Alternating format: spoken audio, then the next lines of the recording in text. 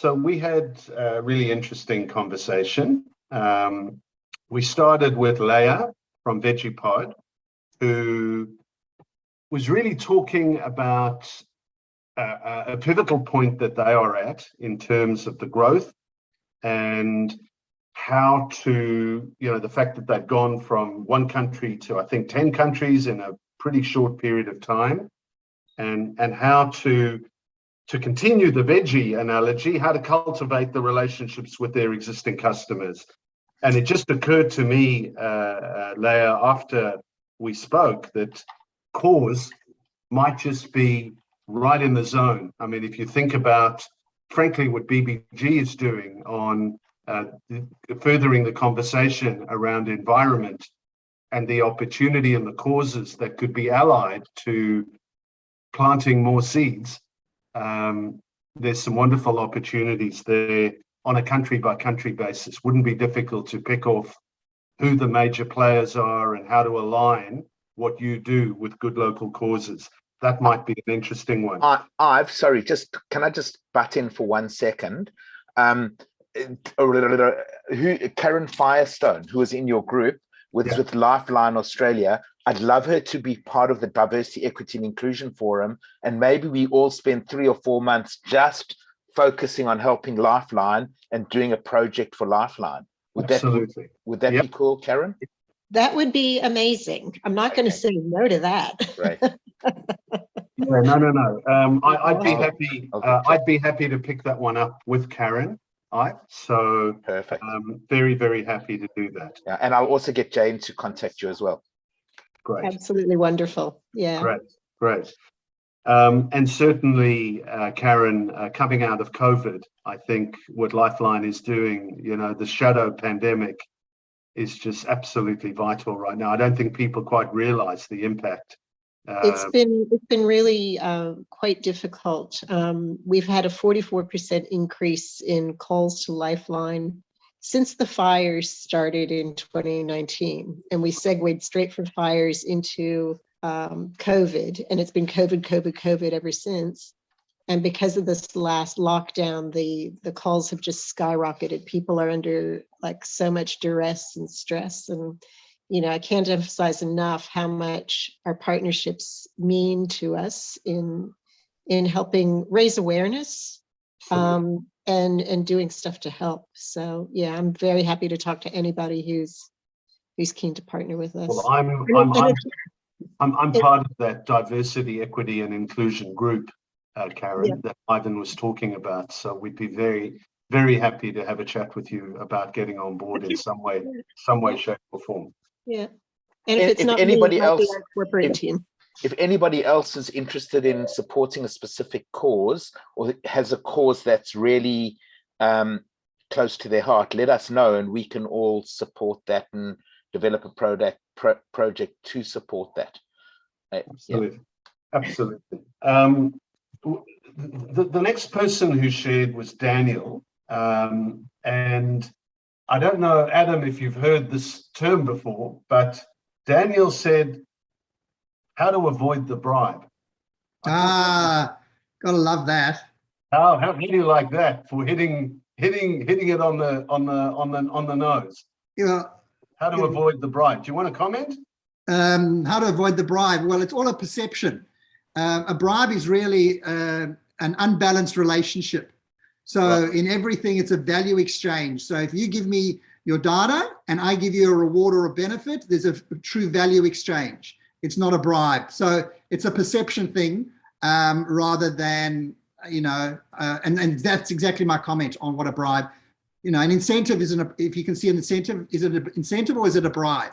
Is a reward something for saying thank you, or is it a thank you, or is it a bribe? So it's all a perception thing, I think. Yeah, no, spot on. Thank you, Adam. That's absolutely spot on. And Daniel was authentic enough to say that he'd had a go at this, but had got it wrong. And he spoke about them offering the bribe and how he could, second time around, how he could do it better. And I thought that was really interesting. Gary Cobain was really taken, Adam, with your 4 customer types and the relevance of that, frankly, for any business, as I think all of us were.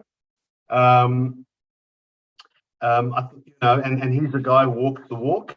And Ivan Kay came in and spoke about collaboration opportunities that Gary and I could take forward, and that was helpful. Thank you, Mr. Kay. Karen also came in, and Karen was taken with the comparative between customers and donors or employees. They are all one and the same, and retention and acquisition applies there. But we also spoke about lapsed donors. Those are, I guess, Adam, what you would call your idols. Yes. Am I correct? Yeah. Okay. And can I just jump in there? I just saw an article come through from Harvard Business Review, HBR, which is pretty credible, talking about businesses investing in winning back lapsed, lost inactives, and the return on investment is incredible. So because someone might not be there, doesn't mean they don't love you, don't want you, but you can invite them back, get them back.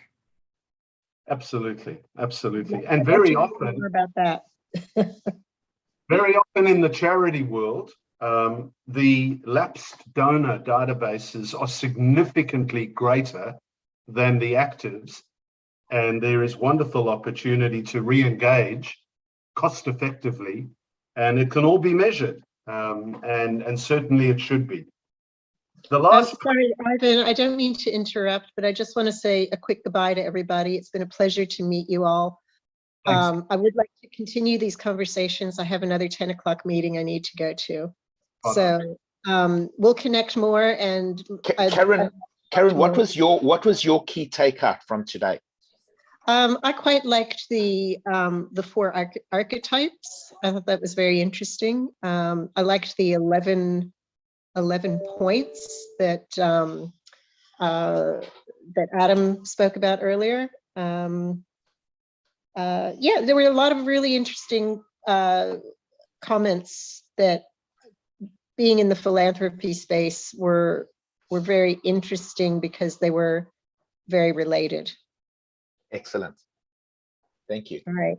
So thank you. I look forward to talking to you guys more. Thanks for joining us, Karen. Lovely to have you on the call. All right. You take care. Bye-bye. Bye. And then last but not least was Wayne. And he asked, again, Adam, another very sobering question. He said, do I need a loyalty program in my business? All my customers are already loyal. And there's actually who said that, Wayne, was it? Yeah, Wayne, yeah. And I didn't get a chance to talk about it today, but I always ask every single client that I have is, do you really need a loyalty program? Because loyalty is not a program, as I said from the beginning. So if it was Wayne, not every business needs a loyalty program. Absolutely true. Yeah, what I said to that, Adam, and I hope you think this is reasonable, is that if you believe that your customers don't have a choice, think again. Okay, think again, because particularly coming out of COVID, where in 3 seconds flat, I can go online and check out what you do versus the next 17 competitors. It is very sobering when you stand back and think. I know someone put into the chat, which I wrote down, all my loyalty starts with quality of products and services. ... Pay anything for that. Well, there are a lot of companies that have good quality products and services. Okay, but how do you differentiate yourself? And certainly it's become a real level playing field. You know, my daughter is buying shoes from the US right now, which she gets in very fast. And I said to her the other day, how can you buy shoes online? She said, well, they send me 2 boxes. If it doesn't fit, I put the shoes in the outer box, and they replace them for me within a couple of days, you know.